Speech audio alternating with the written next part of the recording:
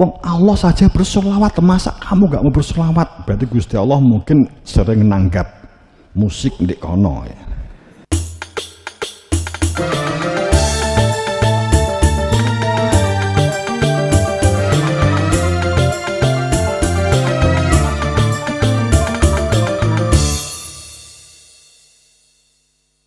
Syariat itu tata laku di kehidupan berdunia ini karena menjalankan perintah.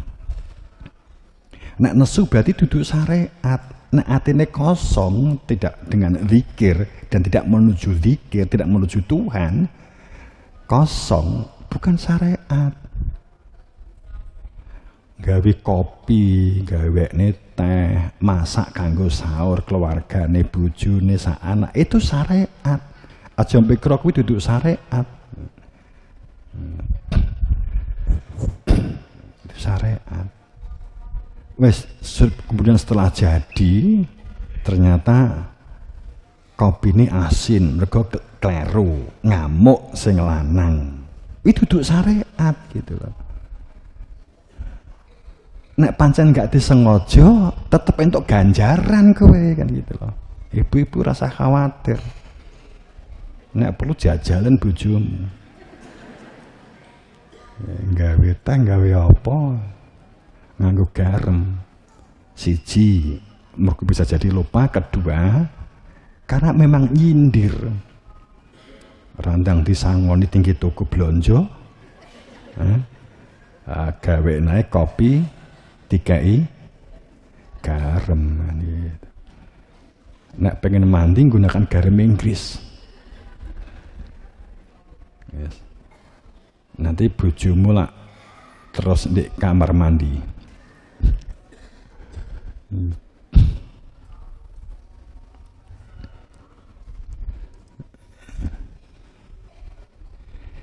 Kita ngomong sekilas tentang puasa.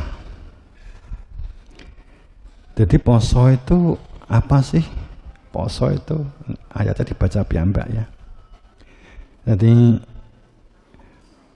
puasa itu sejak terbit fajar, terbit kedua, yang pertama kan imsak ya, kemudian yang kedua itu yang masuk subuh sampai terbenamnya matahari. Makanya dikatakan bahwa orang itu tidak dikatakan berpuasa kalau yang banyak itu hanya mendapatkan lapar dan dahaga. Jadi difahami secara utuh, secara makna syar'i, dan juga dimaknai secara utuh dalam pengertian kesadaran fitrah, kesadaran hakiki. Jadi poso itu mulai terbitnya fajar. Itu sejak kamu tuh lahir sampai kamu meninggal dunia, di dunia ini lo poso. Gitu loh. Wen jajal ya posone menggunakan cara hakikat begini, mulai lahir sampai meninggal, orang mangan orang ngombe, wes modar kan gitu. Artinya bahwa pada saat seperti ini kita memahami puasa itu junatun, perisai. Puasa itu perisai. Manik-maniknya di dalam perisai itu adalah sobrun, sabar, dan pengendalian diri. Sabar dan pengendalian diri. Jadi puasa itu sabar dan pengendalian diri. Dari menjauhkan dari kalimat-kalimat rofat, dari kalimat-kalimat kotor, kalimat-kalimat yang menyakitkan. Yaitu sejak terlahir. Kenapa dikatakan di sini bahwa terbit fajar kedua? Apa maknanya? Kelahiran kedua. Lahir pertama itu lahir secara daging. Lahir kedua itu meminta ilmu. Ilmu tauhid, ilmu mengenal Tuhan. Kamu lahir kedua. Ditunjukkan sejati ini ruhmu tuh ngendi ini loh, nyawamu.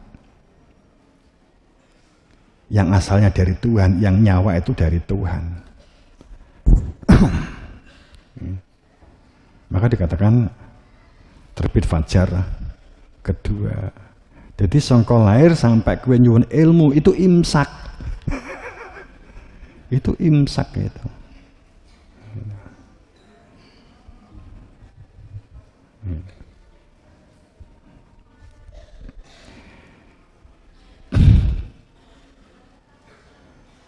Jadi sabar itu mau memaksa diri untuk melakukan sesuatu kebaikan-kebaikan.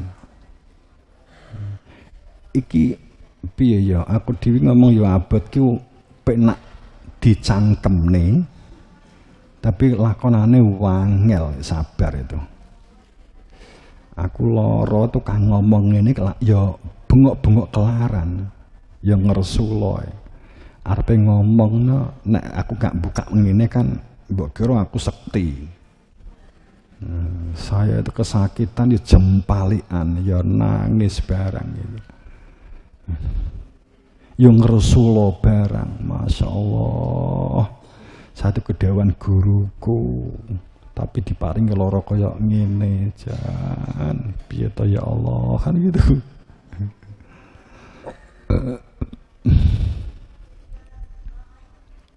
Tapi itu ada sebab-sebabnya kok.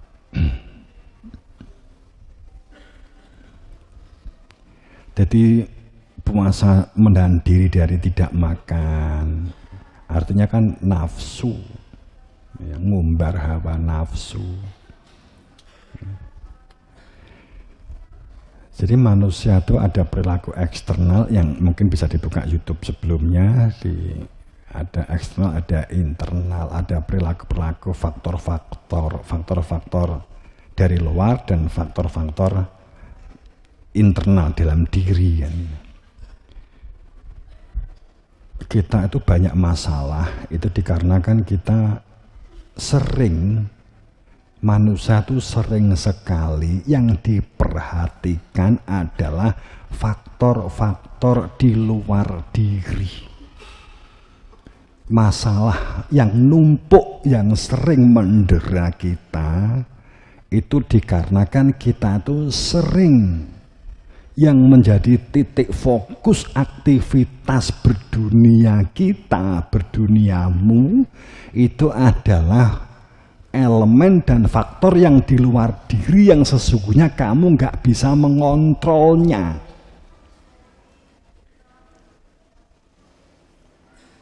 Kamu diolok, kamu dibenci oleh orang lain. Kamu nggak bisa mengontrol supaya orang itu tidak membencimu, itu nggak bisa. Gitu.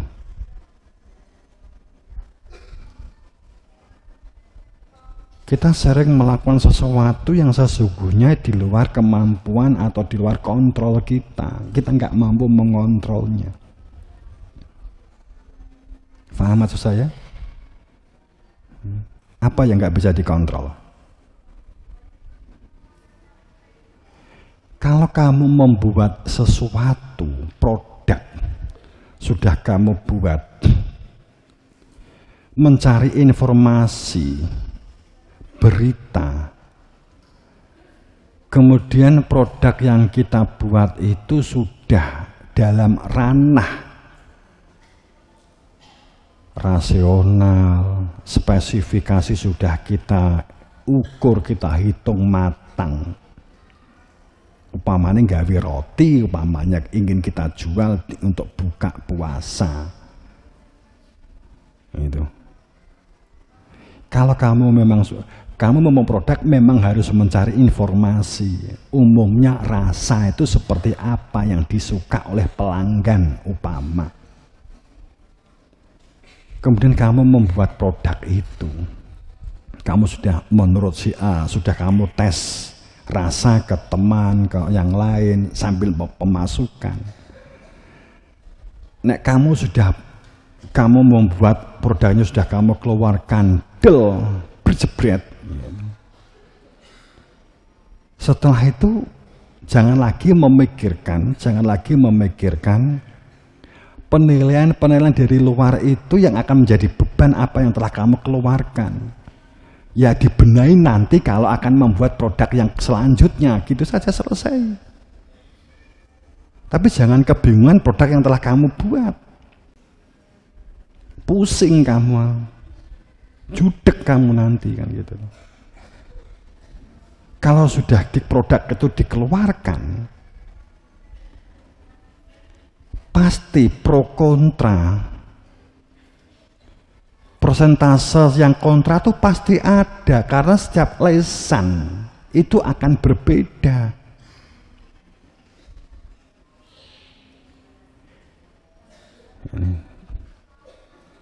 Kan gitu.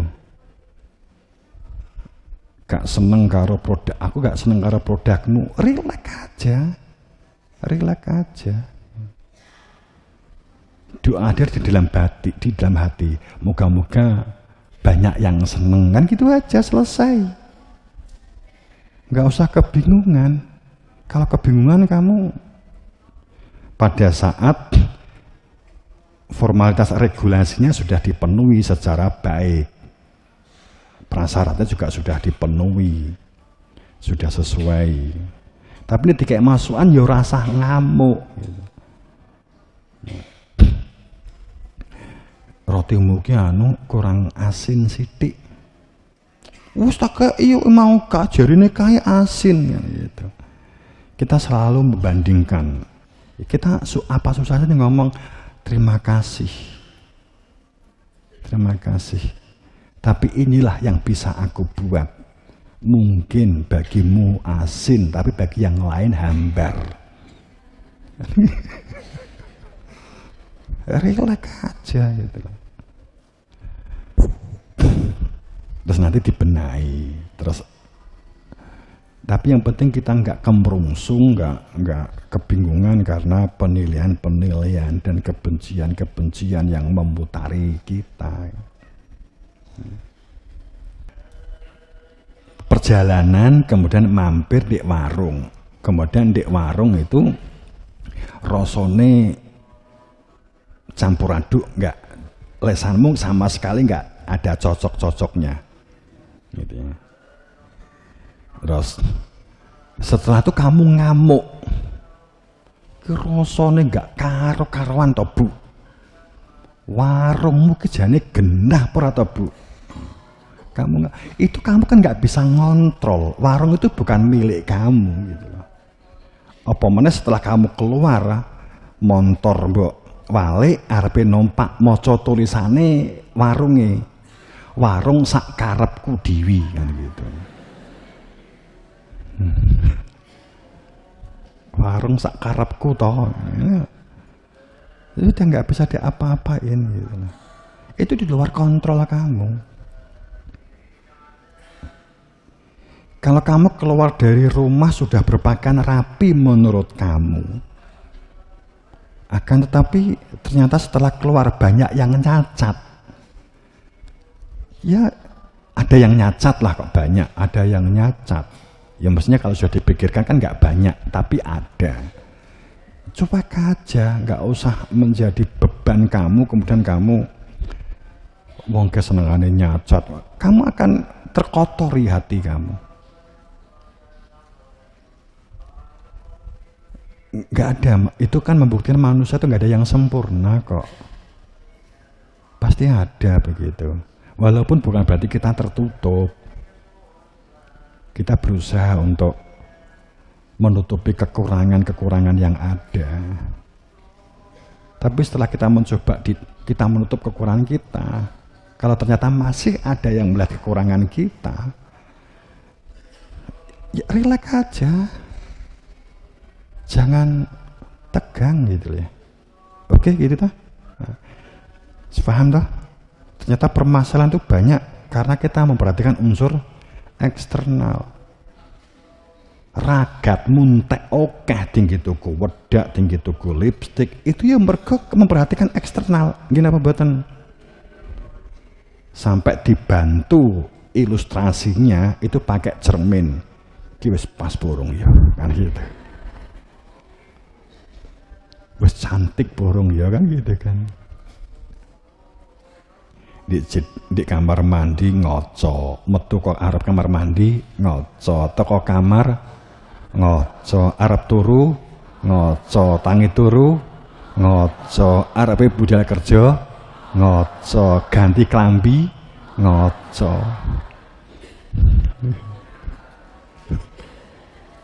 Ya untungnya kocone iki lho ya gak pecah gitu loh.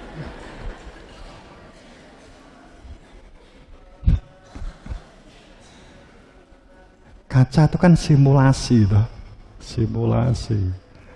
Wes kadung nek macak megal-megal wis pas apa belum metu kok ngomah langsung enek sing ngelokke. Listrik rupane gak cocok blas, gak matching kan gitu wes. Langsung gini langsung meruntik entah. Langsung listrikku cap mahal lo kan gitu.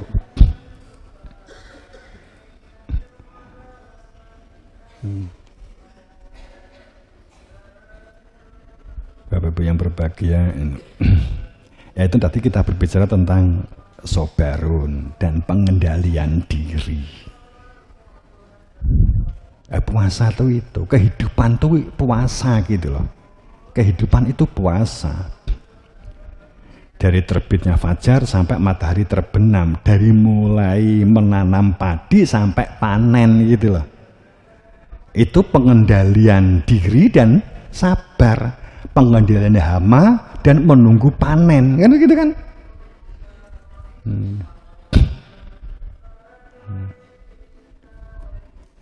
Menunggu panen.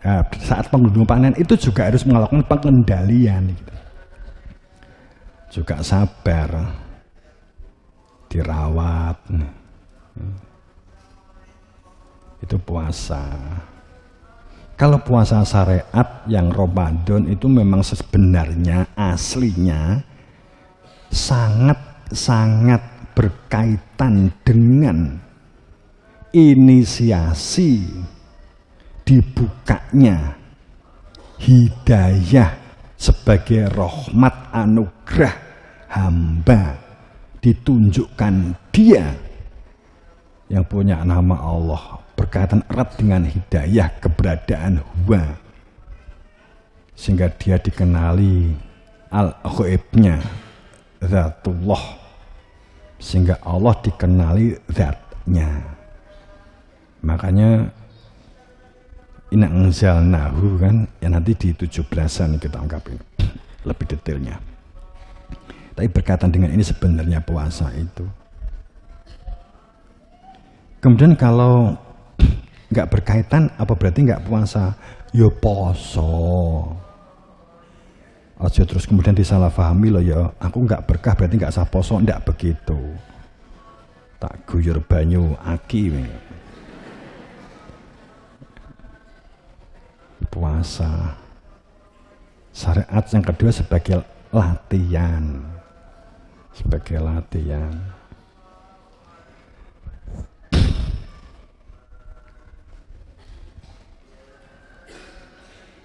Ya semacam ini karena tidak diketahui apa maksud dari puasa, karena kutiba alaikumusiyam ini makna sebenarnya ada unsur, ada elemen majhul, ada elemen penentu berapa jumlah puasa, kemudian ada penentu yang memerintah untuk berpuasa, kemudian ada penentu pemberi petunjuk di dalam puasa itu. Inna anzalnahu kutiba ya ayyuhalladzina amanu kutiba alaikumusiyam kama kutiba alal ladzina min qablikum. Itu ada kutiba, itu kalimat perintah, akan tetapi maknanya perintah itu kamu itu hadap-hadapan dengan yang memerintah, kalimat kutiba. Memang kalau nggak ketemu dengan yang memerintah nggak berlaku, seharusnya memang begitu, aslinya begitu makna kutiba. Kalau menggunakan ajabah atau ardun arodo farodun, wajib, diperintahkan, kamu diwajibkan berpuasa, ya mungkin dengan buku cukup. Tapi kalimat yang digunakan di dalam Al-Quran itu kutiba, katib.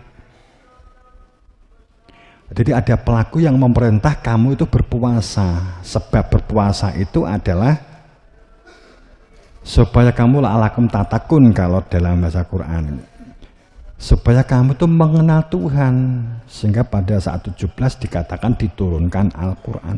Kalau kita menggunakan logika sedikit saja, nggak usah banyak-banyak, bisa gerak, bisa obah, bisa melihat, bisa mendengar karena Tuhan, bukan karena konsep, tapi memang kroso.